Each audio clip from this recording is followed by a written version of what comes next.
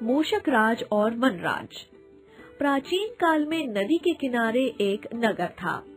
एक बार अकाल पड़ा, नदी तालाब सभी सूख गए, लोगों के लिए पीने का पानी न रहा। देखते ही देखते नगर वीरान हो गया। अब वह जगह केवल चूहों के रहने लायक रह गई। चारों ओर चूहे ही चूहे नजर आने लगे। मूषक राज चूहा उनका राजा था। एक दिन वहां धरती से पानी की एक धार फूट पड़ी। कुछ ही दिनों में वहां एक बड़ा जलाशय बन गया। नगर के समीप ही एक घना जंगल था। जंगल में अनगिनत हाथी रहते थे। उनका राजा गजराज एक विशाल हाथी था। सूखा तो पड़ा ही था। जीव जंतु पानी की तलाश में इधर उधर मारे मारे फिर रहे थे। भारी भरकम शरीर वाले हाथियों की हालत तो और भी खराब थी। एक दिन गजराज के मित्र चील ने उसे जलाशय के बारे में बताया। गजराज तुरंत सबको जलाशय की ओर ले चला। सैकड़ों हाथी प्यास बुझाने चल दिए। जलाशय तक पहुंचने के लिए उन्हें खंडर बने नगर से गुजरना पड़ा। इससे हाथियों के पैरों से चूहे कुचलने लगे। सैकड़ों चूहे मारे गए। मुसीबत यहीं खत्म नहीं हुई। हाथियों का दल फिर उसी रास्ते से लौटा।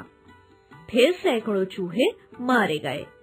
अब हाथी रोज उसी मार्ग से पानी पीने जाने लगे।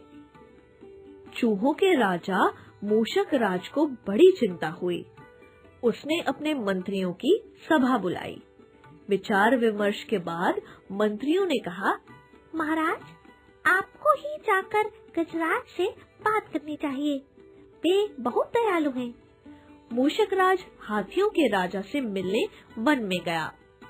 गजराज एक बड़े पेड़ के नीचे खड़ा था। मूषक राज ने एक बड़े पत्थर के ऊपर चढ़कर गजराज को प्रणाम किया। फिर बोला, हे गजराज, मैं आपसे एक निवेदन करना चाहता हूँ। गजराज के कानों तक मूषक राज की आवाज नहीं पहुँच रही थी। उसकी बात सुनने के लिए वह नीचे बैठ गया।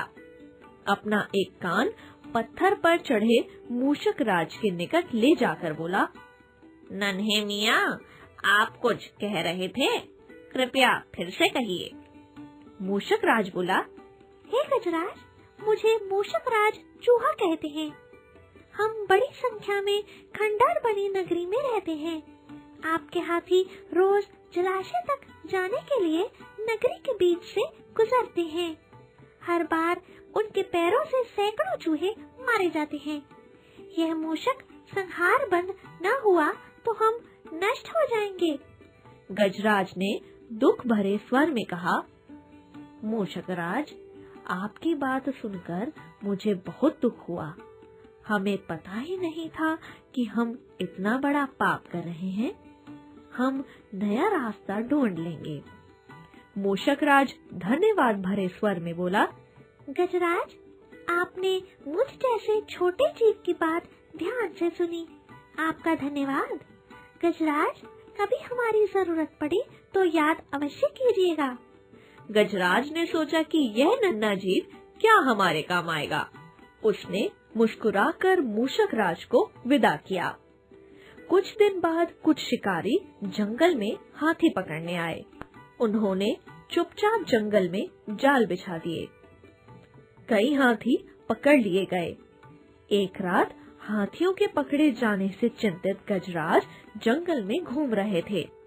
तभी उनका पैर सूखी पत्तियों के नीचे दबाकर रखे रस्सी के फंदे में फंस गया। जैसे ही गजराज ने पैर आगे बढ़ाया, फंदा कस गया। रस्से का दूसरा सिरा एक पेड़ के मोटे तने से मजबूती से बंधा था। गजराज चिंघाड़ने लगा। उसने अपने सेवकों को पुकारा, लेकिन कोई नहीं आया। तभी गजराज की मित्र चील वहां आई। गजराज की हालत देखकर उसे बहुत धक्का लगा। वह बोली, गजराज, बताइए क्या करूं? मैं आपको छुड़ाने के लिए अपनी जान भी दे सकती हूँ। गजराज बोले, तुम बस उड़कर खंडहर नगरी जाओ और चूहों के राजा मूषक राज को सारा हाल बताओ। उनसे कहना मेरी उम्मीदें उन्हीं पर टिकी हैं।